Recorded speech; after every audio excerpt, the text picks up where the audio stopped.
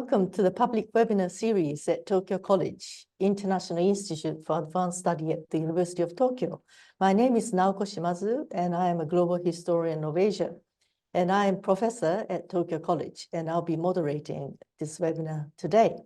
So before we start, we do the usual housekeeping, which is that today's webinar will be conducted in English. For Japanese speakers, I would like to draw your attention to the availability of simultaneous interpretation in Japanese. Please click the translation button at the bottom of the screen, which looks like a globe, in order to switch to Japanese. Also, for the Q&A session, please post your questions in English or Japanese in the chat box on the screen. So now, allow me to introduce today's panelists. Our speaker is Martin DUSINBERRE, who is professor and chair for global history at the University of Zurich. He is the author of Mooring the Global Archive, a Japanese ship and its migrant histories, published by Cambridge University Press in 2023. And today's talk is going to be largely based on this book. And then he's also authored Hard Times in the Hometown, a history of community survival in modern Japan from the University of Hawaii.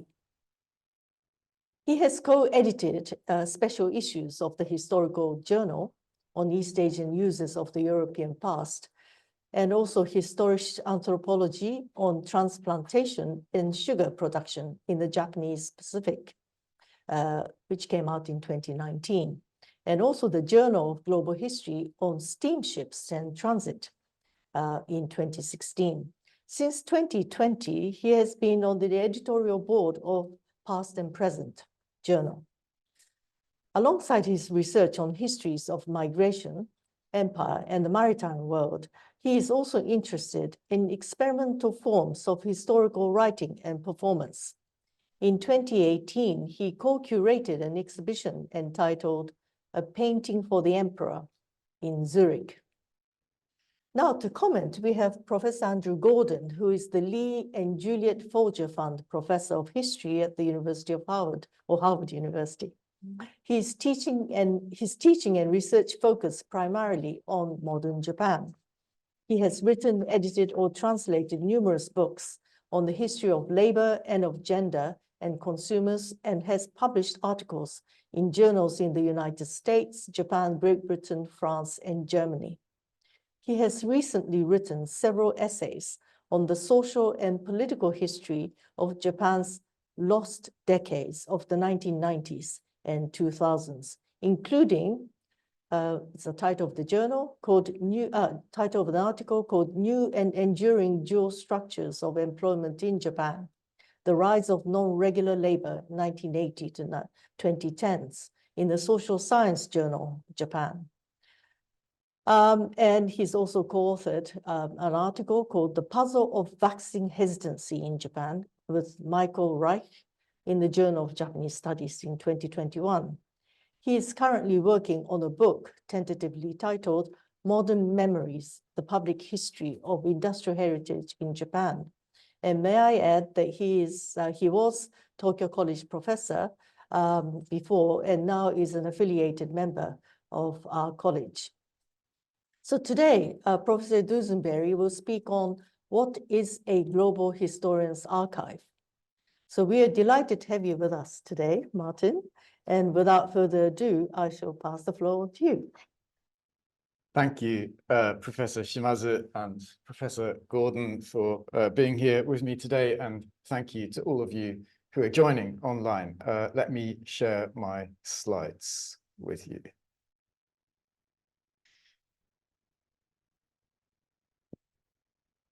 Today, May the 10th, 2024, marks the 20th anniversary of the untimely death of one of my generation's most innovative and exciting historians, Hokari Minoru.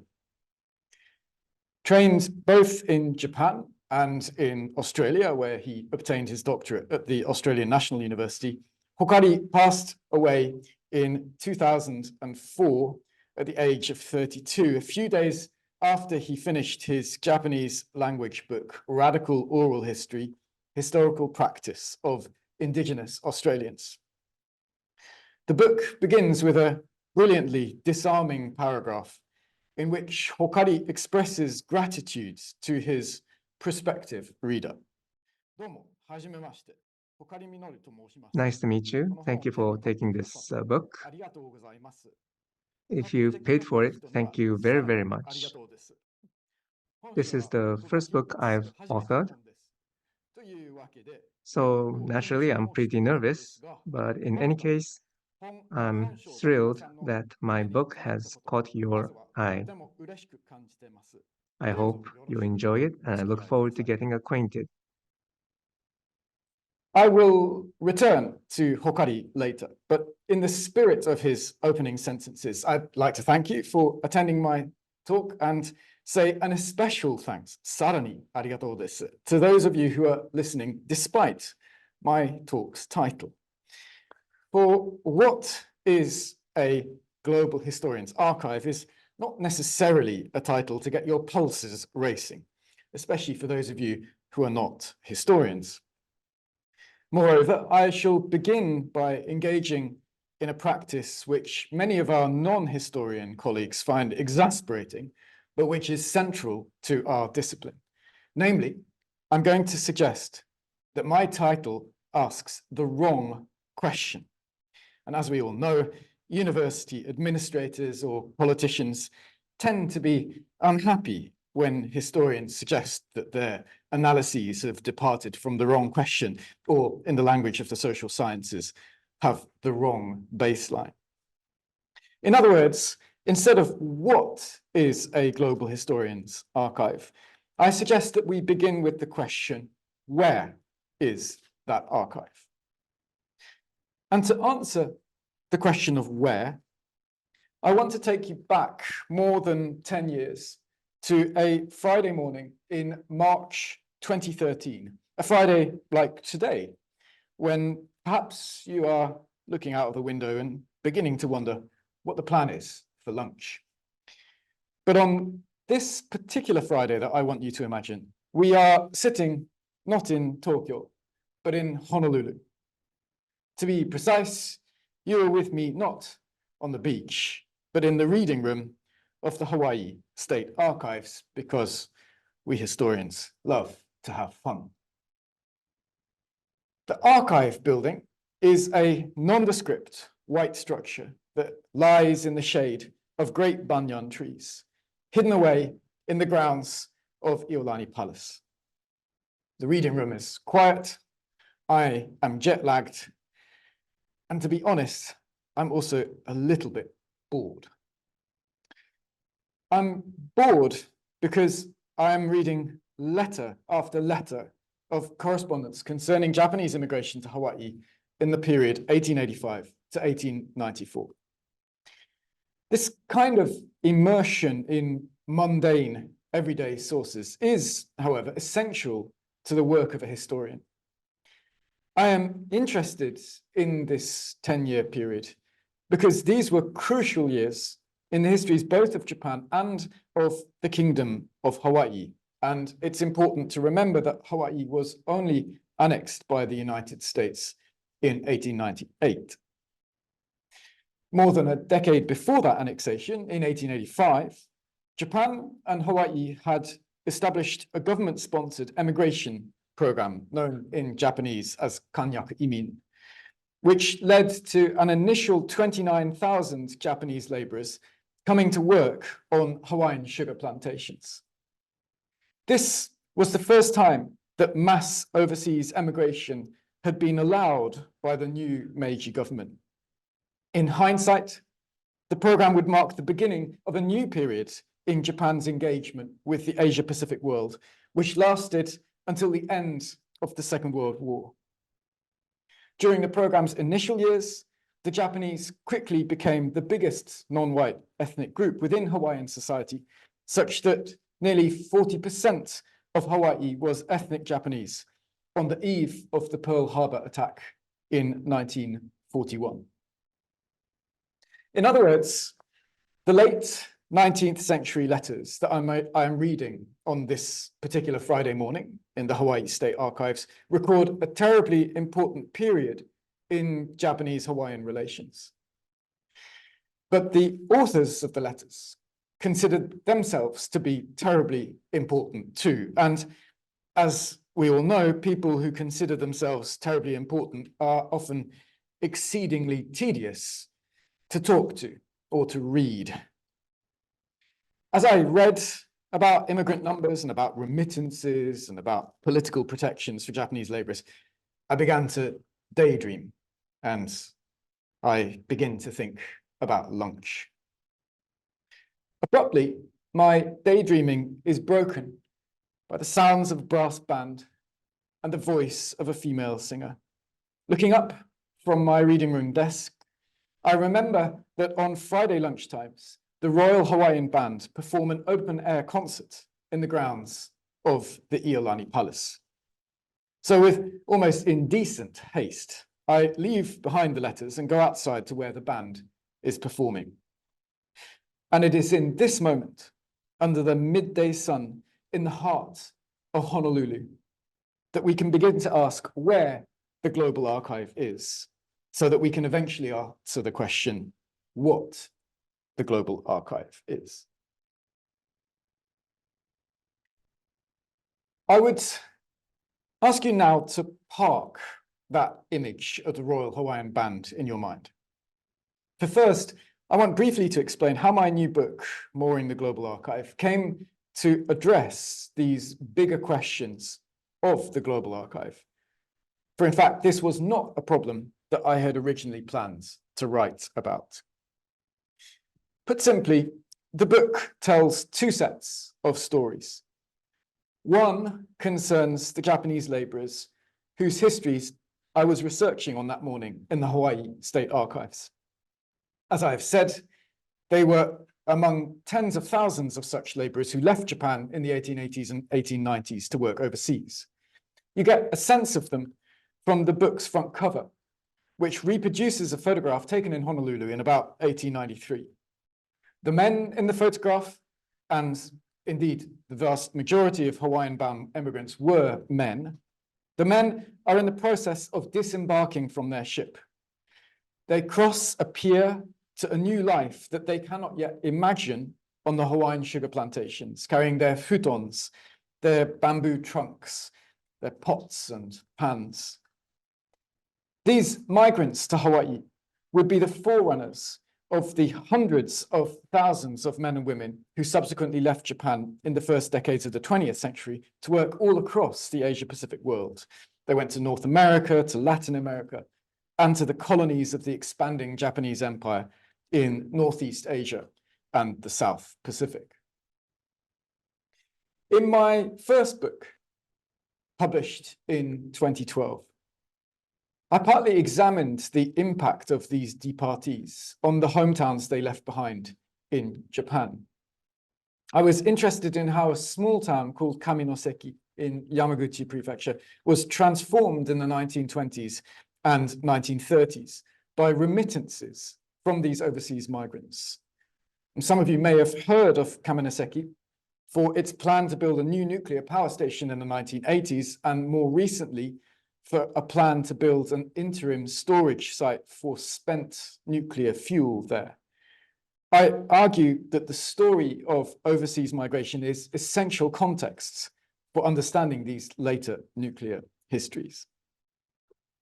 In ways I was not expecting, these overseas migrants from Kaminoseki sparked my interest in what historians call global history.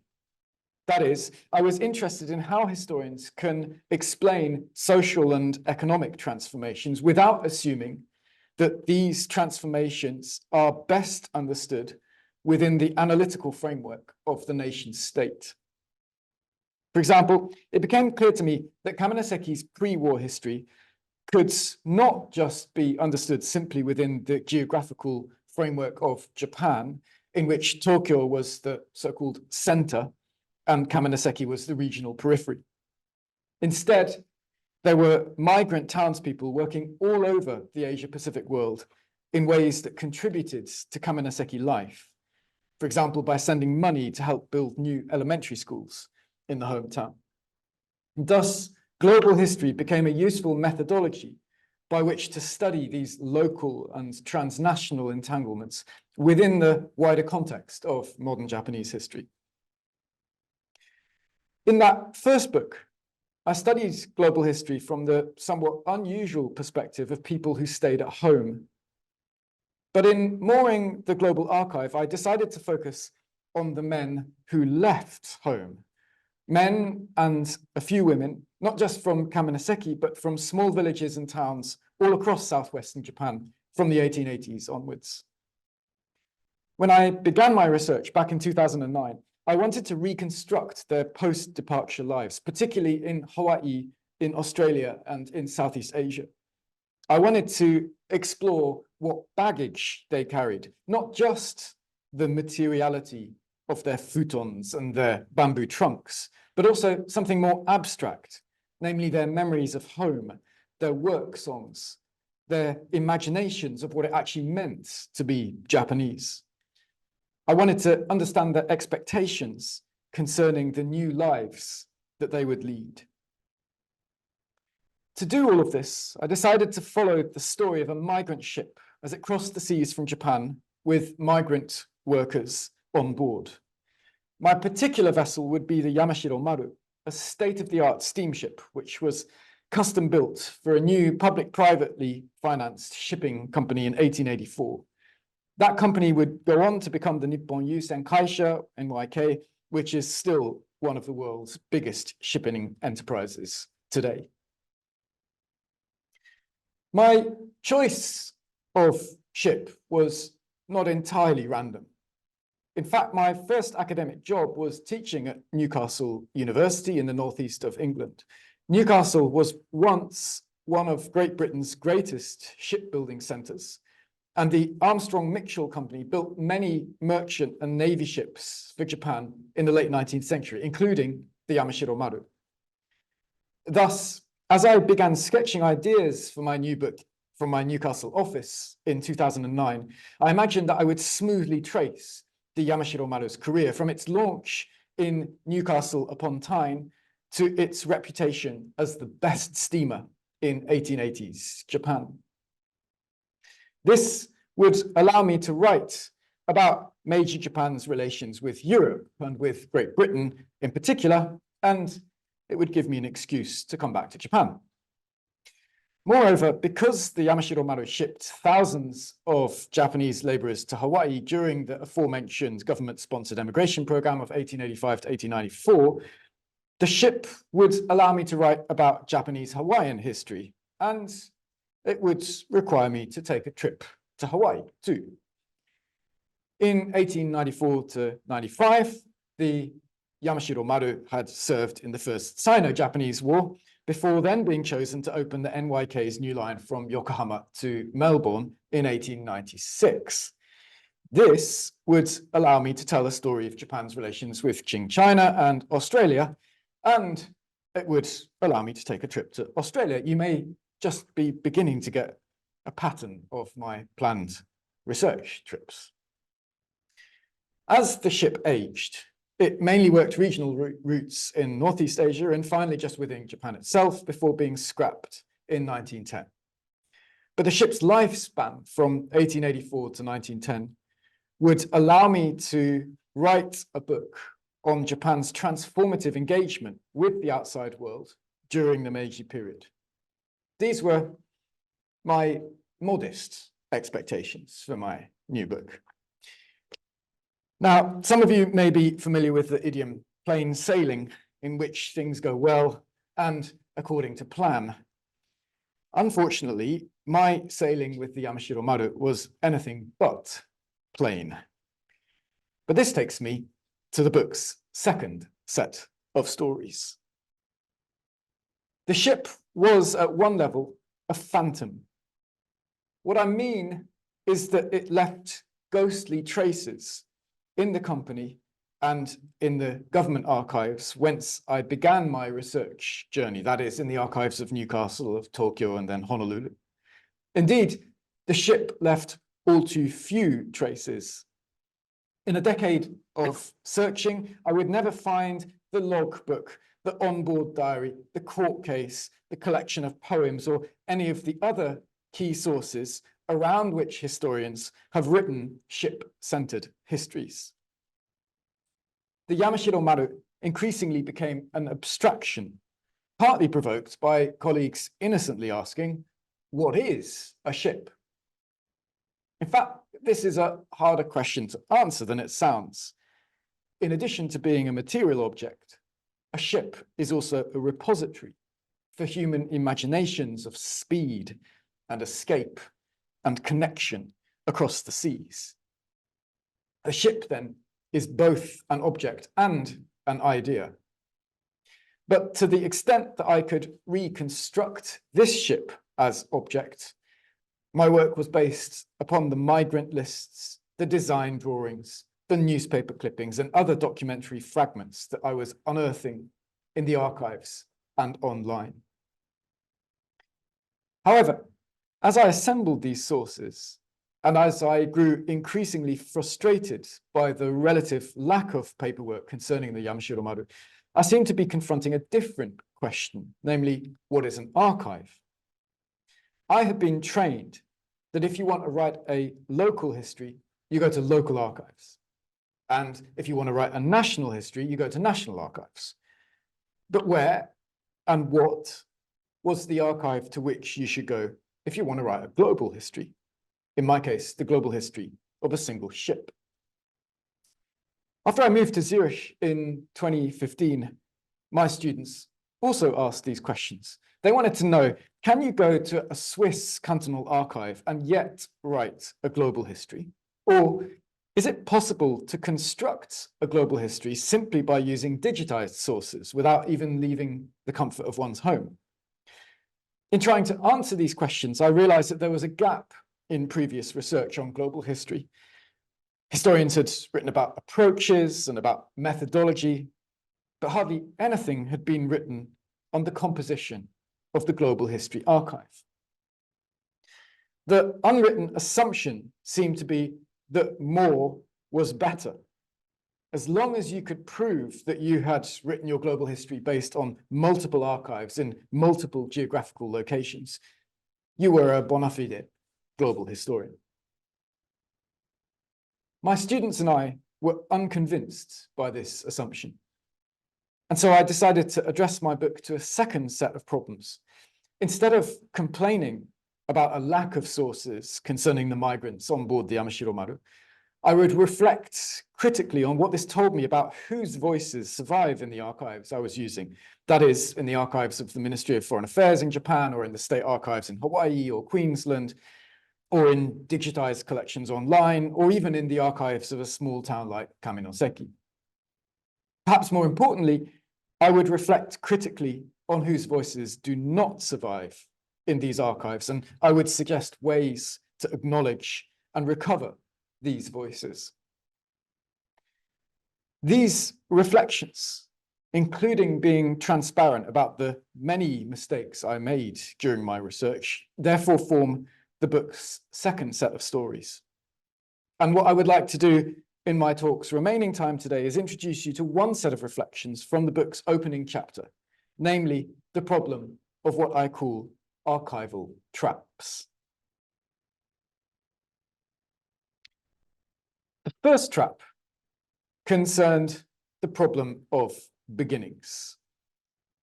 Now, this might seem to be a very basic problem, but for those of you who are not historians, consider how the past looks different according to the simple issue of when historians choose to begin the story. If we're telling the story of the Meiji Revolution, do we begin with the events of January 1868, when the last shogun stepped down? Or do we look back to the shock of Commodore Perry's arrival in 1853 and start our story with the arrival of the Americans, as if the real historical agents of Japanese change were foreigners? Or do we begin with longer-term socioeconomic distress from the time of the Tempo famine in the 1830s? Or perhaps talk about the first Opium War and new models of imperialism in East Asia in the 1840s? Each of these dates frames our understanding of history in a very different way. And this is before we even come to the question of when the story of the Meiji Revolution actually ends. The history of the Yamashiro Maru posed a similar dilemma. The most obvious narrative frame was to draw on the language of lifespan and career that I used a few minutes ago, and to imagine that I was writing the biography of the ship. Ships, like humans, are born. Their moment of birth is their launch, and they also die, either when they're scrapped or when they sink. So I initially decided that I would start my story with the Yamashiro Maru's 1884 launch in Newcastle, and I would end it with the ship scrapping in 1910 in Japan. But it was exactly this temporal framing of 1884 to 1910 which constituted the first archival trap into which I stumbled. This was an archival trap because, by its very definition, to tell the story of the ship's launch required me to start my narrative in Great Britain, to be precise, in the Armstrong-Mitchell Company archives in Newcastle. Those archives stored a history which epitomized the way many people across the late 19th century world saw British history and continue to see it today. That is, 19th century Britain was technologically advanced. It led the world in manufacturing and in resource extraction and in capitalist labor relations. It had mastered the seas, both militarily and scientifically. In short, Britain led the way in everything you needed to build a state-of-the-art steamship like the Yamashiro Maru. By contrast, the fact that Japanese companies in the 1880s could not build a state-of-the-art steamship like the Yamashiro Maru seemed to suggest a history of relative backwardness, of something profoundly lacking in Meiji Japanese society. Thus, to begin my history of the ship in Newcastle would be to echo a simple linear narrative by which many historians used to tell the history of the world. On the one hand, there were advanced nations. On the other, there were nations that had to catch up. Indeed, politicians at the time and scholars ever since have argued that knowledge diffused outwards from the allegedly advanced nations of Europe to the allegedly less advanced nations of, say, Africa and Asia. By this logic, the rest of the world could catch up once it had acquired sufficient knowledge from the West. Perhaps you can sense the trap. If I were to write a biography of the Yamashiro Maru that started with its British launch and continued with the ship's career in Japan, I would be tracing a Eurocentric narrative of progress spreading outwards from a British center to a Japanese periphery. At this point, you might ask, well, what's the problem? The most senior Japanese diplomat who attended the Yamashiro Maru's launch in 1884 was Mori Arinori. Mori spent his whole career writing about what he called the progress of the West and the concomitant need for a Japanese enlightenment. You might ask, if the idea of advanced nations and progress was good enough for him in the 1880s, why can't it be good enough for us as historians in the 2020s? To which most historians would say, we shouldn't write histories that endorse the logic or the worldviews of people in the past. We should certainly explain that logic, and we should do our best to understand those worldviews, even if they are an anathema to us personally, and perhaps especially if they are an anathema to us. But if global history is to mean anything, it must entail thinking more critically about these 19th century imaginations of progress.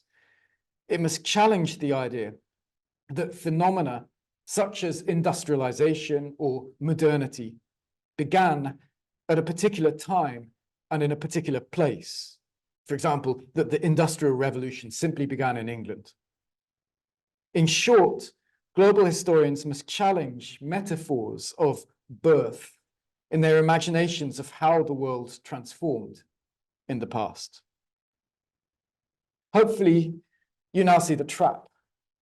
If I had privileged the archives detailing the ship's birth by beginning my story in Newcastle, I would have written exactly the kind of narrative that I think global history should be undermining.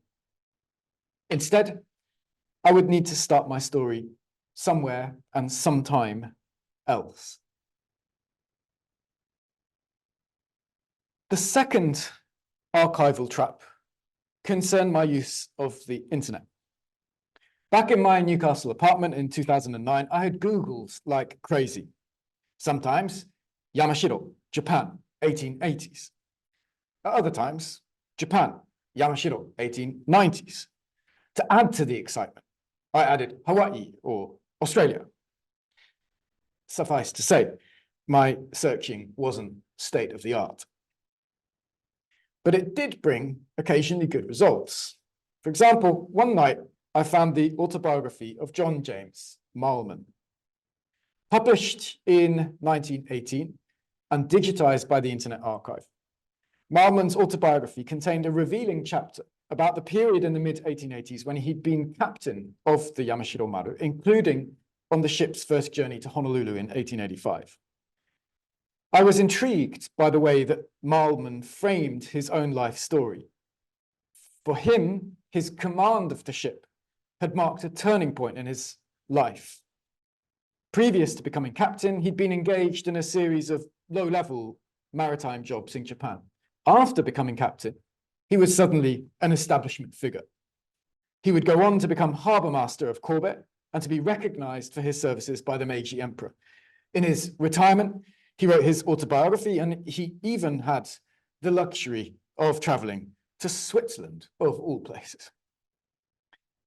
On the Yamashiro Maru's journey to Hawaii in 1885 that Marlman had captained, the ship carried nearly 1,000 Japanese migrants bound for the Hawaiian plantations.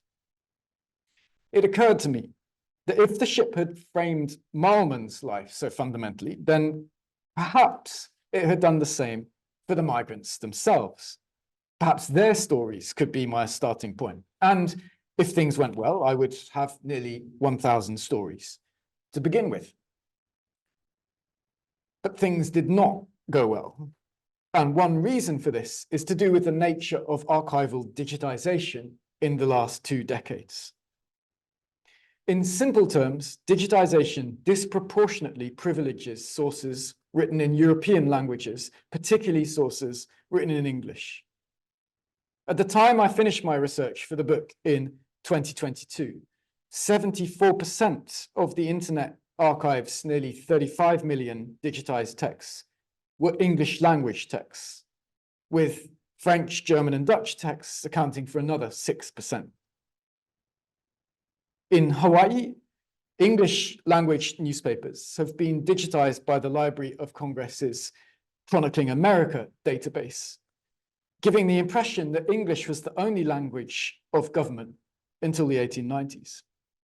In fact, Hawaiian language newspapers were published in large numbers and constitute an essential source for anyone understanding the kingdom's history. But these newspapers have been digitized by a different alliance of institutions, not by the Library of Congress. The America chronicled in Hawaiian newspapers will therefore look extremely different depending on which language you work in and on which digital collection you reference. Meanwhile, in Japan, the digitization problem was of a different order.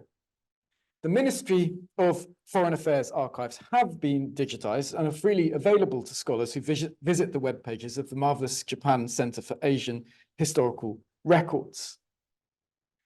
But within those archives, tens of thousands of pages relating to individual overseas migrants in the pre-war decades have not been digitized for legal reasons.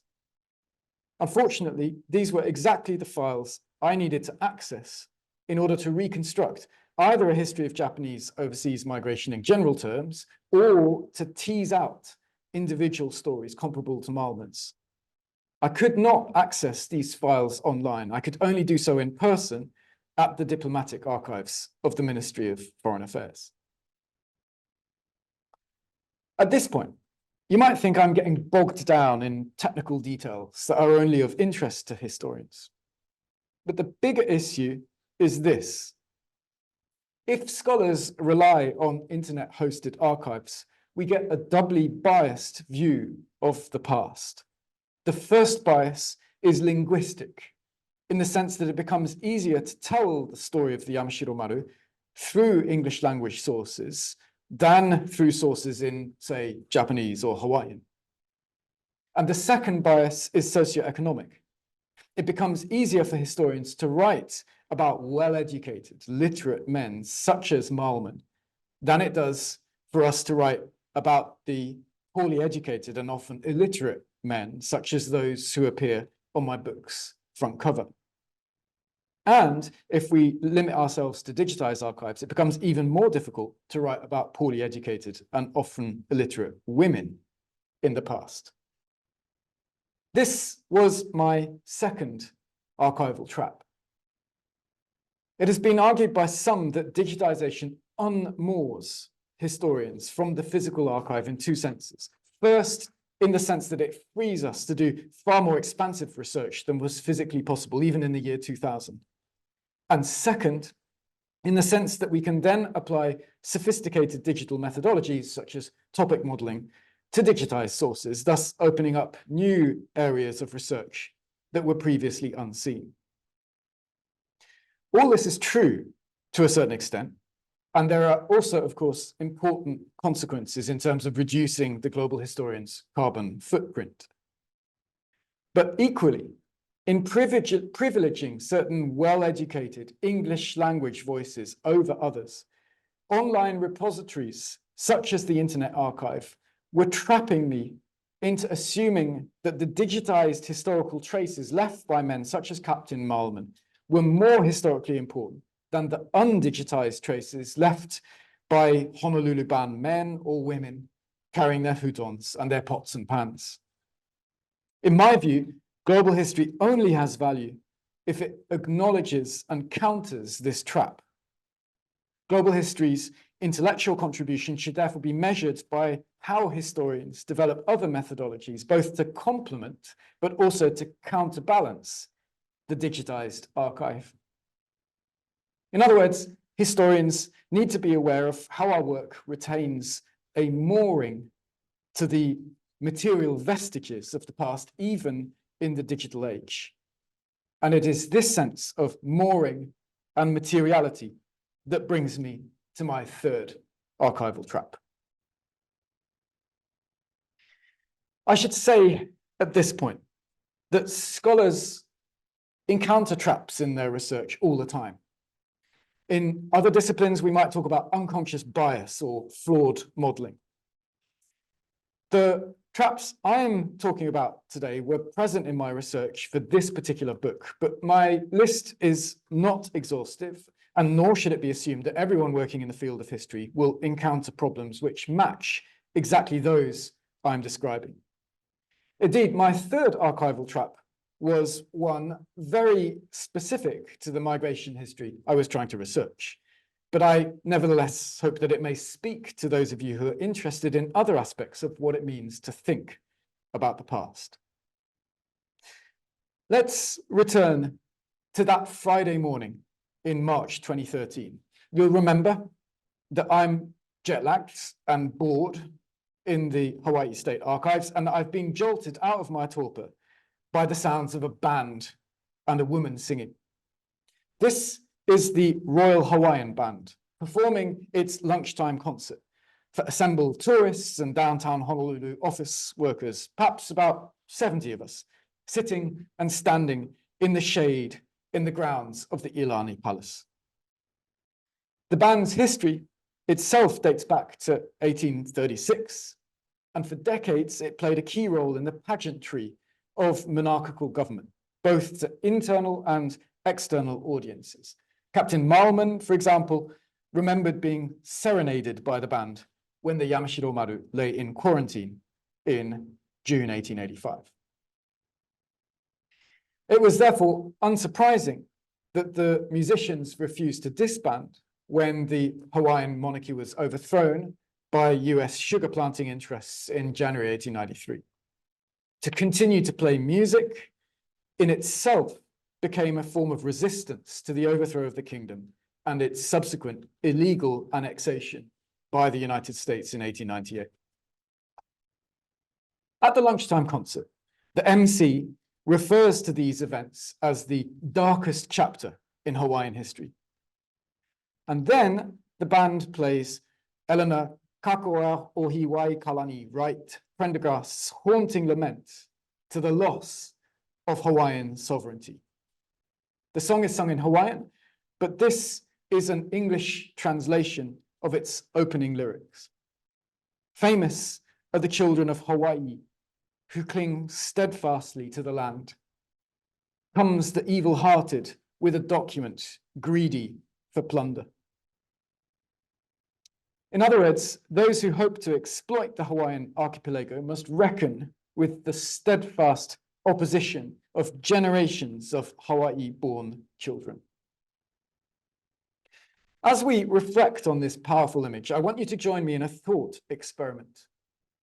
Imagine for a moment that the Hawaii State Archives had been digitized in their entirety, such that historians like me would no longer need to fly halfway around the world to read, say, letter after letter on the Japanese-Hawaiian government-sponsored program. Imagine, moreover, that each document had been impeccably photographed with all the relevant metadata, similar to the data on the Internet Archive that records who digitized Mailman's autobiography and when. We can ask, in this perfect digitized world, would it still be necessary to visit the actual buildings here in the grounds of Iolani Palace? My unequivocal answer to that question is yes. This is because no metadata will be able to replicate my experience of being interrupted by the Royal Hawaiian Band. No digitized document would be able to jolt the reader in the moment of reading to these socio-political realities of contemporary Hawaii, which the concert reminded me of in 2013, namely that the Hawaiian archipelago was colonized and deprived of its sovereignty in the 1890s, that the legacies of this colonization continue today, and that the Hawaii State Archives themselves are a manifestation of this colonial transformation from kingdom to statehood. This then was the third archival trap, namely that I would overlook the very historical context in which the archives had come into being.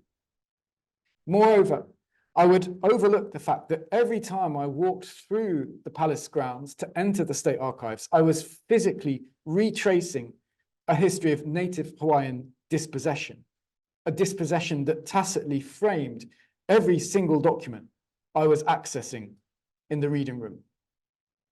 The trap was for me not to acknowledge this walked and acoustical metadata, or to get back to the question of where the archive is. The archive was as much in the grounds of Iolani Palace with its music and memories as it was in the nondescript white building with its paper records of the past.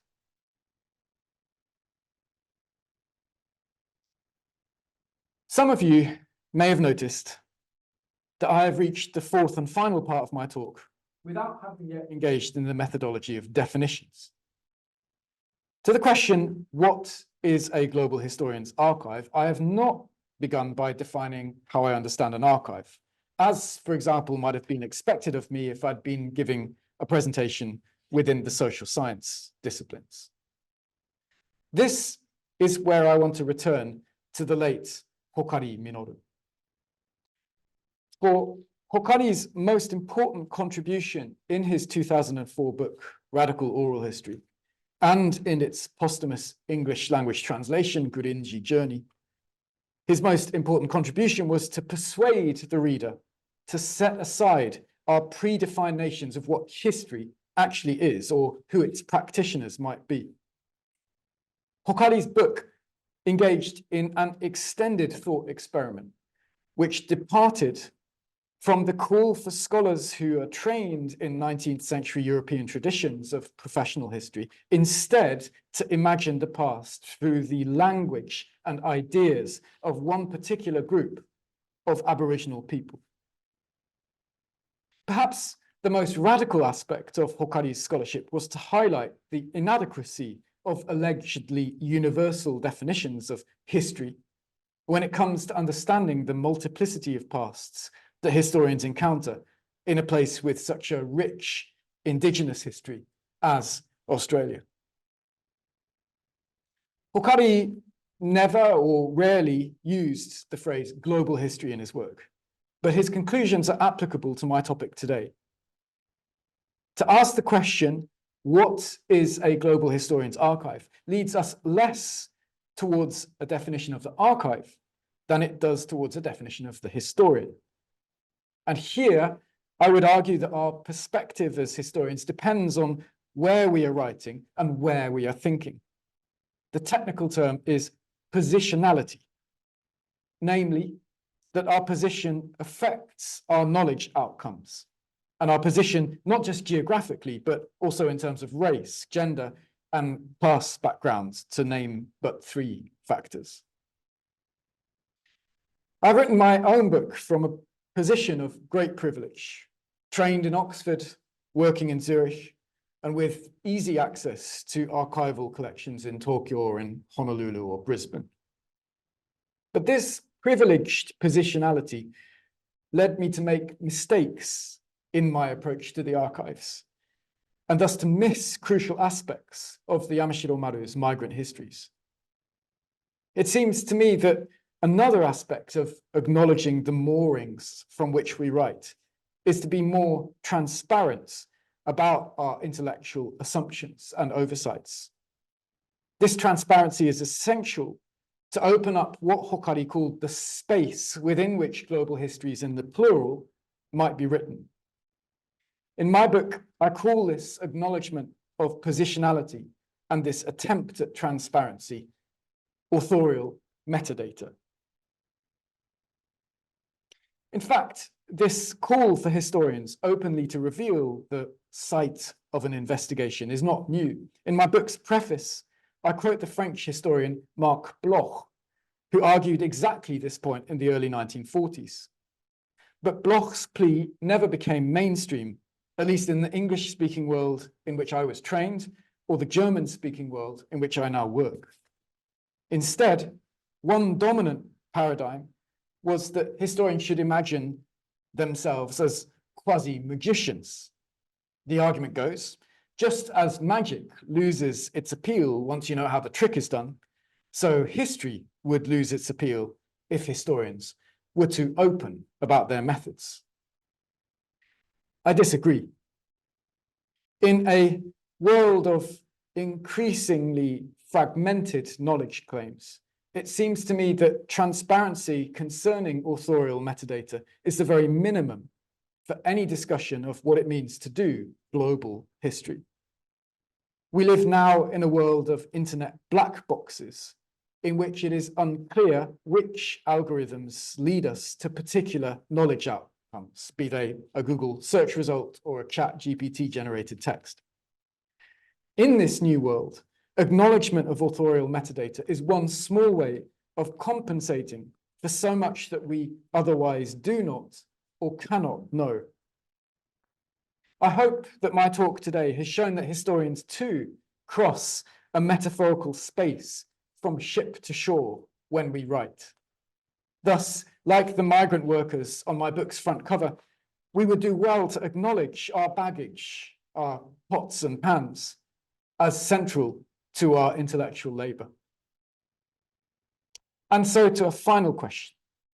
You might ask, if I didn't start in Newcastle and I didn't start with a digitized source from the Internet Archive or with a letter from the Hawaii State Archives, then where did I begin this book? Well, to find out the answer to that question, you're just going to have to read it.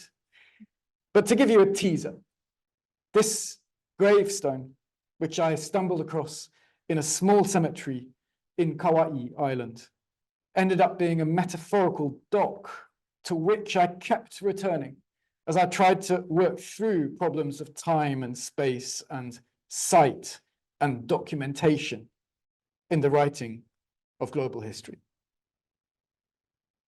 The name here is Kodama. There are many other names in this book: Hashimoto, Hokari, Anne, Reiko, Bill, of actors and teachers and mentors and friends who inspired me in thinking about the past, but who are no longer with us today. One of the great privileges of being a historian, however, is to have the excuse to continue imaginary conversations with these people as we work, and to ponder their place in the archives from which we write. Thank you very much. Okay, well, thank you very much. And we now pass the floor to Professor Gordon for some comments. Great. Well, thank you so much for the opportunity to speak today. It's such a pleasure to have a chance to not only see Martin Duisenberre in person after, to my best recollection, 9 years since we met on a most pleasurable visit that my wife and I made to Zurich very soon after you had arrived there, and to have a chance to comment on this fabulous book. As you've heard, and as you'll discover in fuller depth when you read the book, in 2015, when we met there, Martin was already well underway, by his telling, about 6 years underway on the project. And in the spirit of coming clean on authorial metadata, or in this case, commentator metadata, I should implicate myself as a source of what I imagine was unwanted pressure on the author to get on with the project, which he resisted to the benefit of the project. In the summer of 2015, when I made my visit, I had a chance to go to his new office at Zurich University on the top floor of what I recall was a 4 or 5 story building, itself atop a high hill in Zurich. It was a stiff uphill walk or tram ride from the center city. It was magnificent. It was the nicest faculty office I had ever had the privilege to visit, and to this day, even compared to the very fine office I enjoy here in the administrative building of Tokyo University, where Tokyo College is located. It had large, high ceilings, and it had huge windows offering a magnificent view of Zurich Lake in the foreground and the snow-covered Alps in the distance. And this was July. As I recall, I said something like, "Martin, with this office, there is absolutely no excuse if you do not write a superb book." In hindsight, that was a little rude. But now I am able to report to you that, yes, Martin has written a superb book. And I think that part of what allowed him to do that was the ability to sit and reflect in that magnificent office. That's the part he referred to, frankly, in the talk just now and in the body of the book as his privileged positionality. But this is also a terrific book because Martin was happily willing and able to leave that office and to travel the world. He didn't just sit there and Google stuff, as he's described, but he reflected from many perspectives and places tenaciously, and I'll return to that term, to interrogate both his sources and also, this is important, also himself, that is, his own methods and thoughts as they were developing. And so I just want to congratulate you and ask everybody to go read this book. But let me tell you a little bit more about the book itself, because, and this is a spoiler alert, if you don't want to learn more about the book before you read it, you can turn off the sound for the next 5 or 6 minutes. Martin teased the book at the start by talking about his methods in the talk and their origins. That's crucial in general for historians or scholars. It's also crucial for this book's framing in particular. But he didn't tell you very much about what the methods yielded in the histories and the lives of his migrant subjects. So let me briefly, and of course only partially, and this doesn't relieve you of the need to read the book, believe me, say a bit more about what he does reveal in the chapters after the first one that he summarized for you today. And I'll focus on just 3 of the chapters. First, we learn, or one of the things we learn about is the life of one among many thousands of the men who migrated from Japan to Hawaii in the late 19th century aboard the Yamashiro. This man's name, he figures prominently in one chapter, was Fuyuki Sakuzo.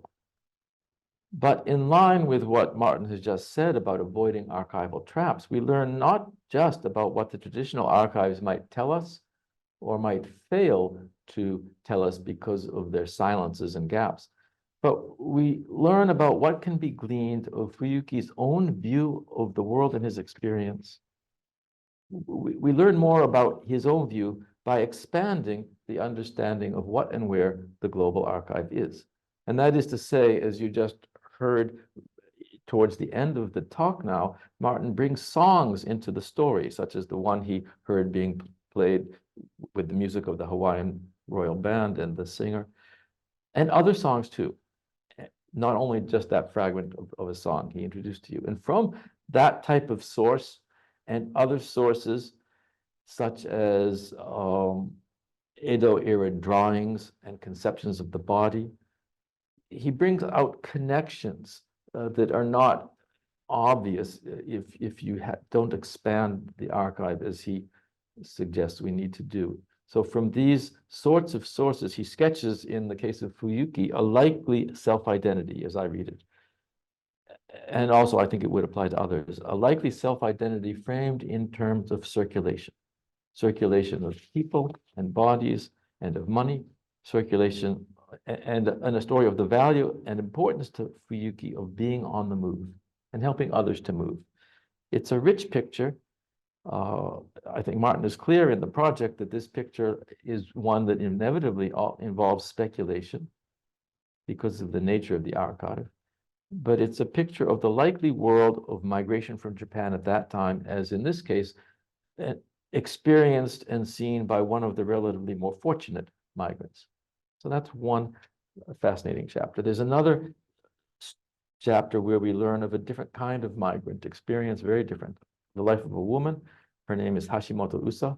Apparently, she was trafficked to become a prostitute, at the very least deceptively, and it seems against her will, from first Nagasaki to Shanghai, and then from Shanghai to Hong Kong, and then to Thursday Island in Australia in 1897.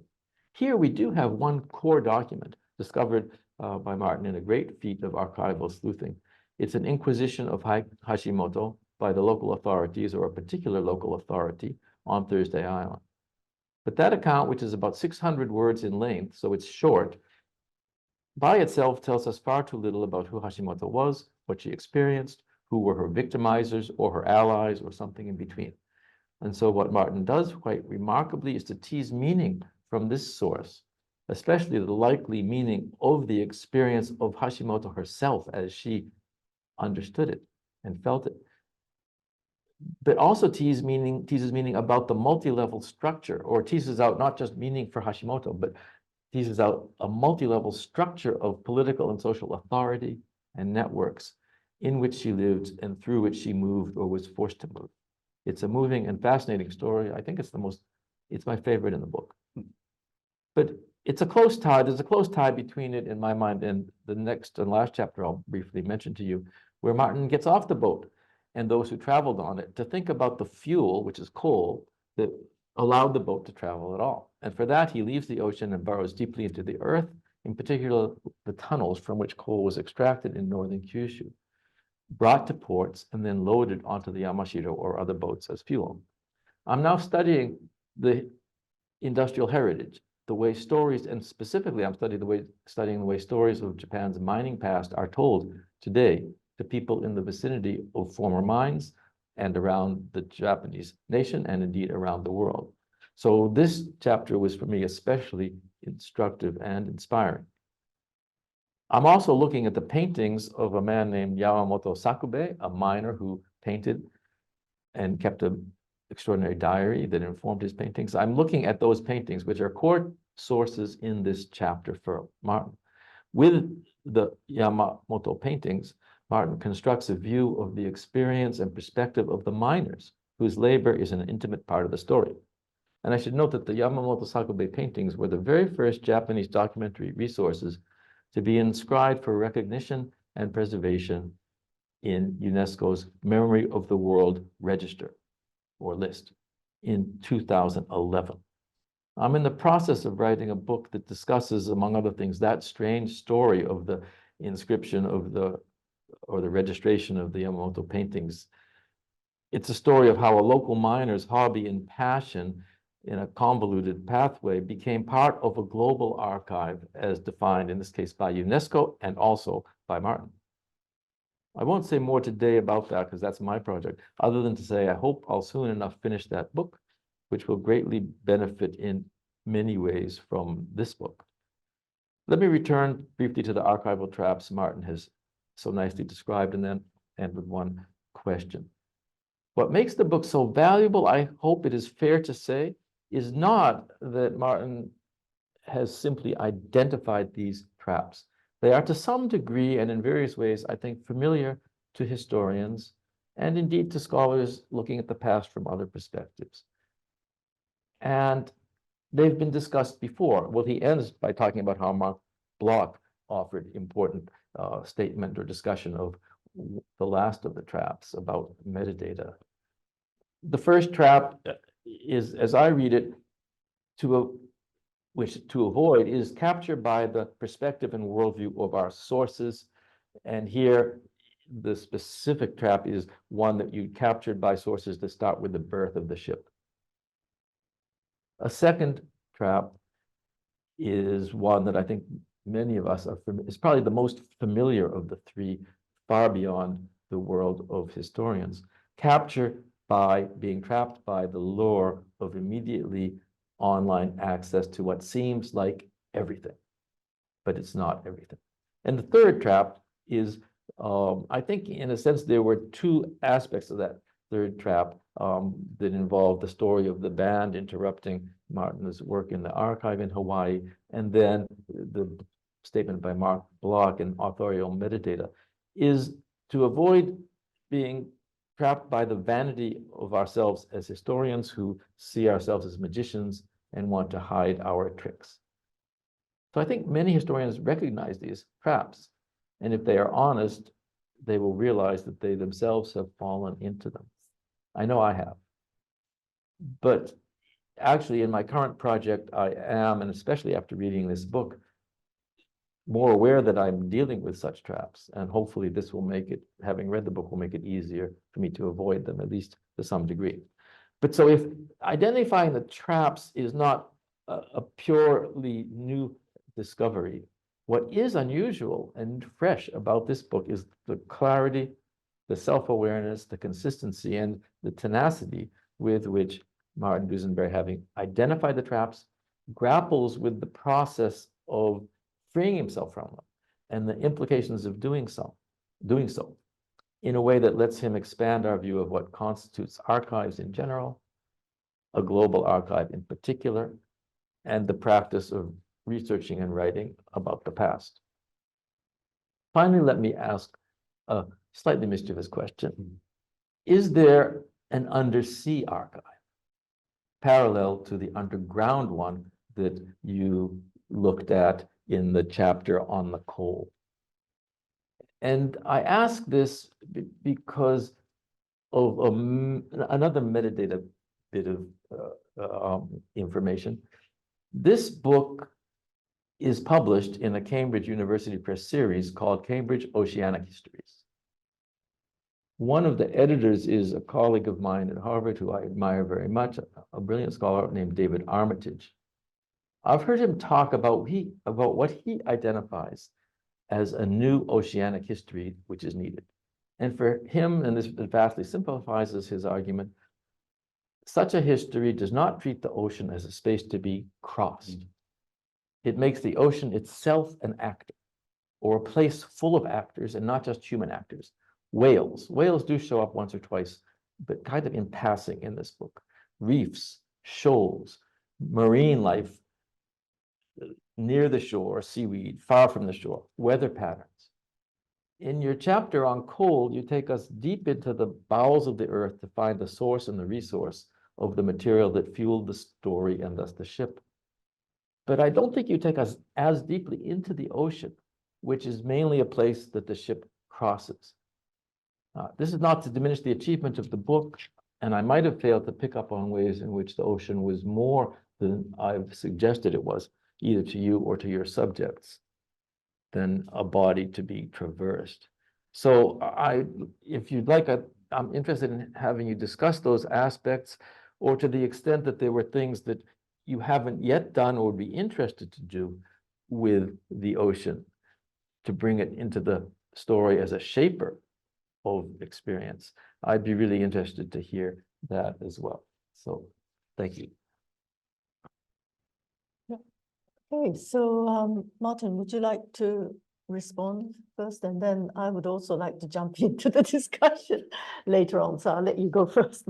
Many thanks, Andy. That's really kind of you to have read the book so carefully and for your very generous comments on it.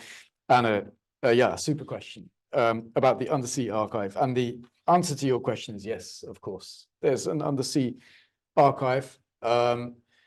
You mentioned the elements of it that David Armitage and many others have talked about in terms of animals in the sea, in terms of tides, in terms of weather patterns above the sea, in terms of nutrients. And one reason I didn't do very much on that is because there are others who have far better expertise to do that than I do. I am part of a big group project, which is looking at the oceanic turn in Japanese history. And there's a edited book that is coming out later in this year, 2024, which is going to have some essays which are partly about the ocean as an actor in our understanding of Japan.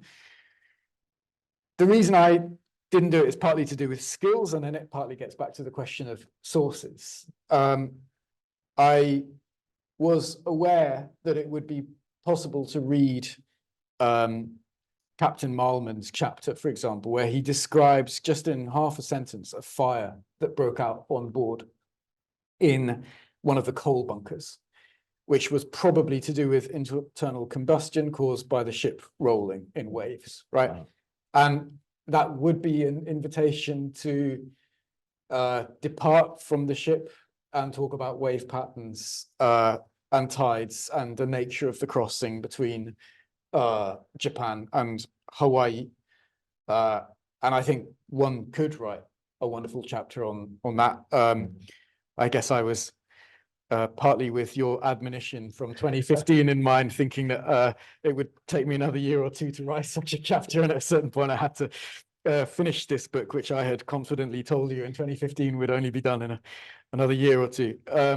There's another aspect of this, which is, I think, important and also relevant to the current contexts from which we write global warming, which is one can't think about the ocean without thinking about the atmosphere as well.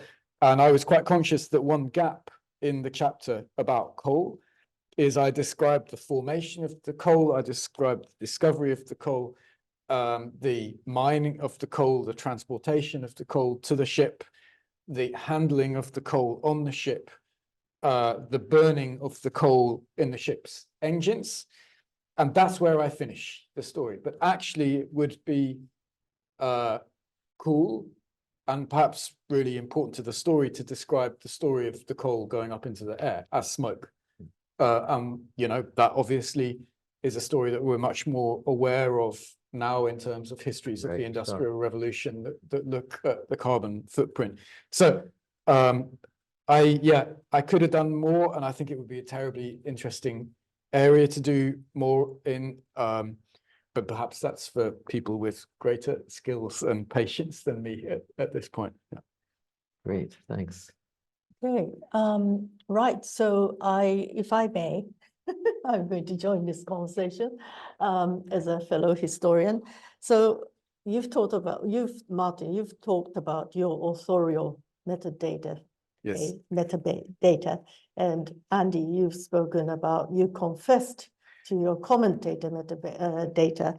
So I'm going to confess my moderator metadata. because I really feel that I've been on this journey together with you for a very long time, since the time when you were at Newcastle, I think, and when I visited your department to give a paper presentation, you actually raised this idea. And I just thought, wow, yes, what a wonderful idea. And and in some sense, you know, I kind of feel that what you produce is actually quite different from what I was expecting you to produce. And but, you know, different, different in a way that's actually really much more you. I really feel this autobiographical side of you as a historian, really thinking through the process and not just thinking, you actually articulating your process and what goes through your mind and body as a historian. So in that sense, it's like reading your book. It's like inhabiting your body and mind as you travel through space and try to meet these characters historically and try to question, you know, this yourself about this big, you know, question that you have, which is like, is there any such thing as a global archive? What are we supposed to do as global historians? So I think for those reasons, it's a very, very important book, particularly I think for academic historians, because as you rightly say, we simply do not do enough of this. And it could be, I'm sure it's to do with our discipline, trying to have, you know, it developed from this kind of ranking, more objective kind of historical research and historical writing. But what I actually wanted to ask you, actually, obviously there are lots of things I want to ask you about, but so how does your writing of this kind of history, which is very explicit almost about every single thing you seem to have done, although I know you've done huge amounts more than what you've just written here, because this is the problem, is essentialization of what you've done, right? Now, how is that going to affect the way the readers read your history or history? Because history is I think the way that popular audience, like audience who are not historians, are interested in histories, because histories provide great stories, you know, and so this narrative history, and I guess the fact that narrative history has been such a kind of dominant thread recently anyway, and how does your kind of taking us back into the weeds, you know, the nitty-gritty of the craftsmanship of history? I think this is in a way what you're also doing, although you conceptualize quite a lot of what you do. So I'm just really curious about how you think about this. Thanks, Naoko. Yeah, I think the first thing to say here is anyone who you know has heard the presentation and has perhaps read a little bit of the book will immediately sense I've been influenced by my teachers in anthropology over the years, in the idea that we have to be reflexive in our work. This is something anthropologists have been doing for decades, and historians are very much behind on. I was quite clear at one point in my mind that this is not actually autobiographical. And I deliberately avoid the term autobiographical metadata and think about authorial metadata, because apart from the very first paragraph of the book where I describe a family holiday in 1985, there's actually not anything about me as a person in the book. I think there's a lot about me as a scholar, and obviously that overlaps with my personality and so on. But I was constantly trying to ask the question, you know, what is relevant to the knowledge that we're producing here? And I don't think it's terribly relevant for me to be talking about my childhood or whatever. There is a space for that, there's a genre for that in history, but I didn't think it was right for this book. So I think all of this leads up to a question of the degree to which we do this. And you talked about professional historians reading the book. I wrote it partly with a new generation of PhD scholars in mind, thinking I didn't have such a model when I was doing a PhD. And I don't think that this should be the model for how to do it, but I hope it provokes a set of questions about how we might do this and to what degree we might do this, and is it appropriate for all disciplines? If you're doing an intellectual history which is deeply rooted in histories of texts and so on, is it necessary to be as upfront about the materiality of your travel and so on, as I have been in this book? What I think we can't, or I would like us not to compromise on, is to say it's not necessary to have this reflection anymore. And I think I felt for a long time, as I was writing the book, that the burden of proof was on me to say, this is why these reflections are necessary. And I think the burden of proof should be the other way around. For those people who don't write at all about their traps, their mistakes, why the burden of proof should be on them to say, it's okay for me not to acknowledge this stuff. That's sort of one of the thoughts I had in mind.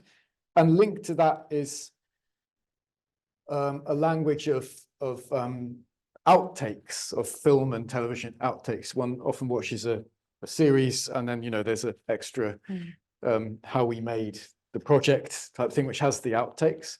And I think we all do that as historians, that we have the work that we produce from the archives and from our classes and from reflection and so on. But we all know there's stories around that work that we've been trained just to discard.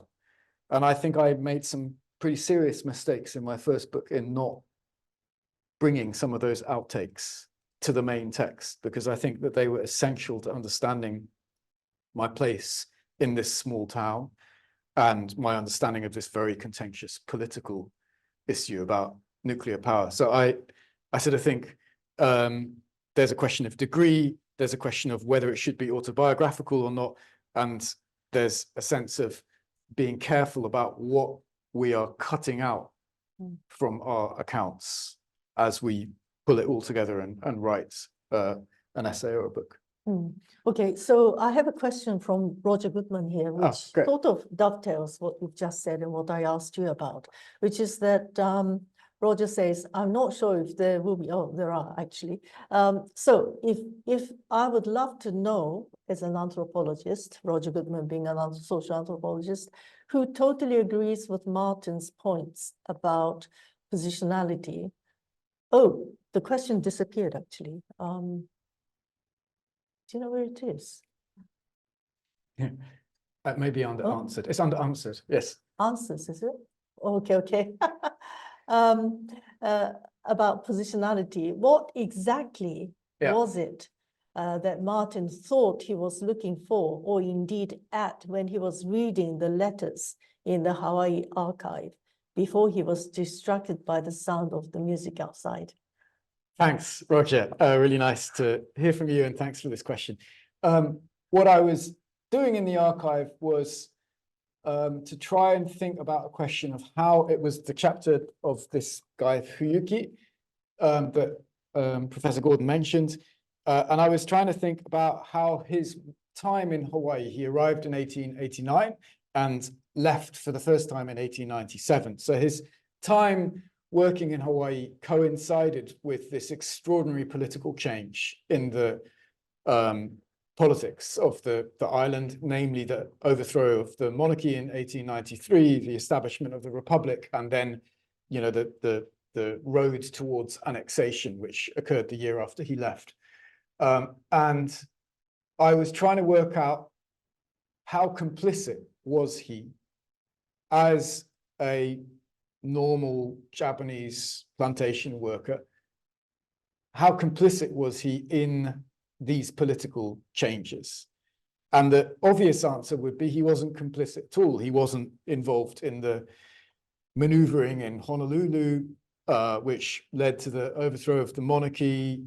He didn't really have any political power to speak of. So it was a sort of almost a dead end research question I was looking at.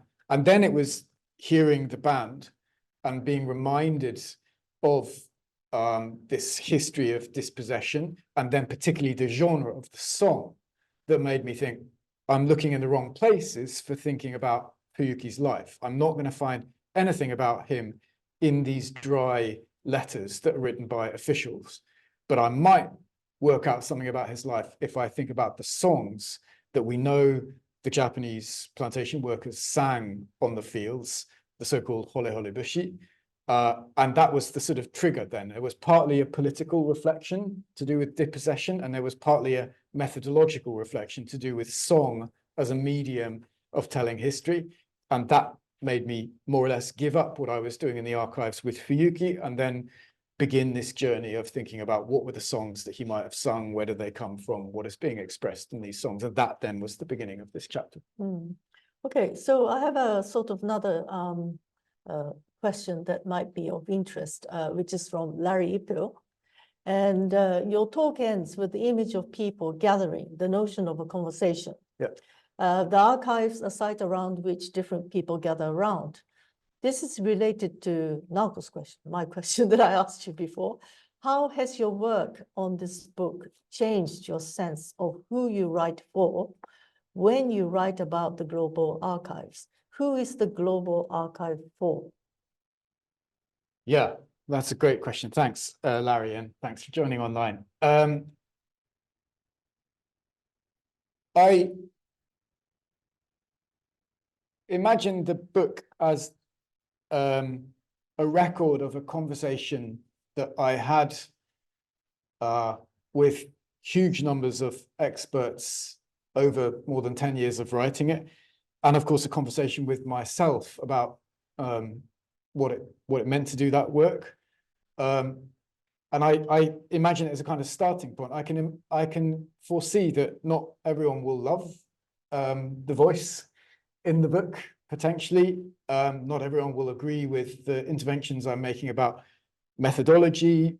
There may be some disagreements also empirically about what I'm saying about Japanese migration in the late 19th century, but I sort of want this to be the beginning of a conversation which then includes constituencies, groups of scholars, communities that are sometimes not so central to the sort of formal professional practice of history. As you yourself know, Larry, you and I are part of a project also with Naoko, which is bringing together artists and writers and historians in order to think about what it means to deal with documents differently. And those conversations have profoundly affected how I think not only about what is written in my documents, but also their visuality and their materiality.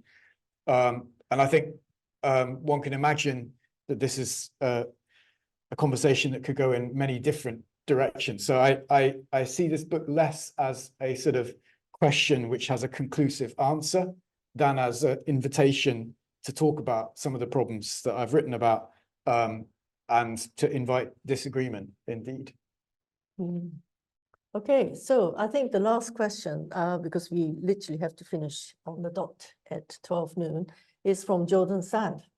So I think, Andy, if you could also participate in this question, which is actually to all of us, three of us here as historians. So the question is, what do you all think about engaging openly in conversation with other scholars' work on the page, as opposed to dropping them into footnotes? Do you avoid it in your writing? Shall I go first? Yeah, Martin. Thanks, Jordan. I mean, I think it goes back to this question that comes from Larry's intervention about a dialogue. There's different ways of citing the people we read. If I'm citing them simply to show off that I've read them, I don't think that is terribly interesting for the reader. So I'm going to put that in a footnote. Actually, I'm going to try and avoid doing that, but I can understand why scholars at the beginning of their career have to say, you know, I've read this huge amount of stuff that I'm saying is relevant to my work. So if it's a case of just marking, I have read this stuff, that's good. I will put it in a footnote. If it's a case of trying to introduce the reader to other people who've worked on this who they might be interested in reading to learn more about a topic, I would put that in the footnote.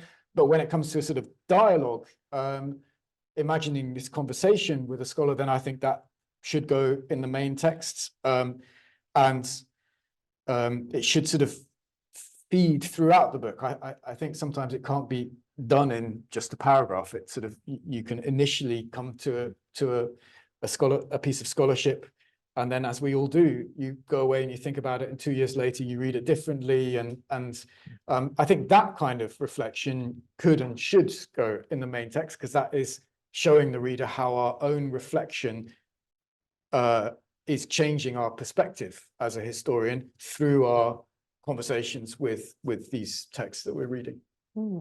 Andy. Yes, is my sound on still? Because I briefly turned it off when I coughed. Yeah, it's an important question. I think about it all the time, and I sometimes bring the authors into the text and sometimes in the footnotes, and I think my answer is basically yes. What Martin just said is how I think about it. There's just one slightly different thing. I don't think putting things in the footnotes is only just sort of showing other people that you've looked at the right stuff. It can also be, okay, this is not a source that I'm critically engaging with to the extent of a dialogue, but it's a source that somebody who cares about this topic and might want to do some work on it as well. I mean, we write for readers who are never going to do anything except read our book on that topic, but also for some readers who we think will be interested enough to do some of their own work on the topic. And for them, it's rather than just putting it in the bibliography, it's a signal that here's something that is worth your looking at if you want to dig more deeply.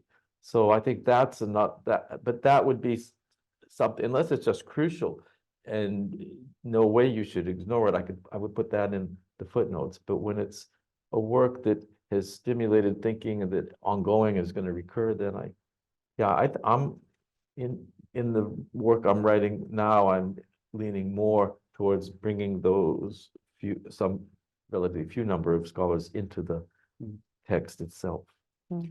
There's one other place, really quickly, which is we relegate these scholars to our acknowledgements as well. And part of me thinks we should be taking some of these conversations from our acknowledgements and putting them in the main text. I often get a much better sense of the historian's voice from the acknowledgements than I do from the main text themselves. So I think that's another place that we can try and mine for these conversations. Okay, well, just very quickly, as for me, I think it really depends on what you're writing about. Because some of the history that we may be writing about are more conducive to an open conversation. But the problem with you writing it is that the other side can't respond. So it's your own interpretation of what the other historian had written about. So anyway, it's a very complicated issue, this. So I have to, unfortunately, bring this to a close. So thank you so much to Martin DUSINBERRE, and congratulations on this most excellent book. And thank you very much, Andy Gordon, for being with us today. And this series of webinar continues, so please tune in again. Thank you to the audience as well. Great. Thank you. Thank you. Thank you. Thank you.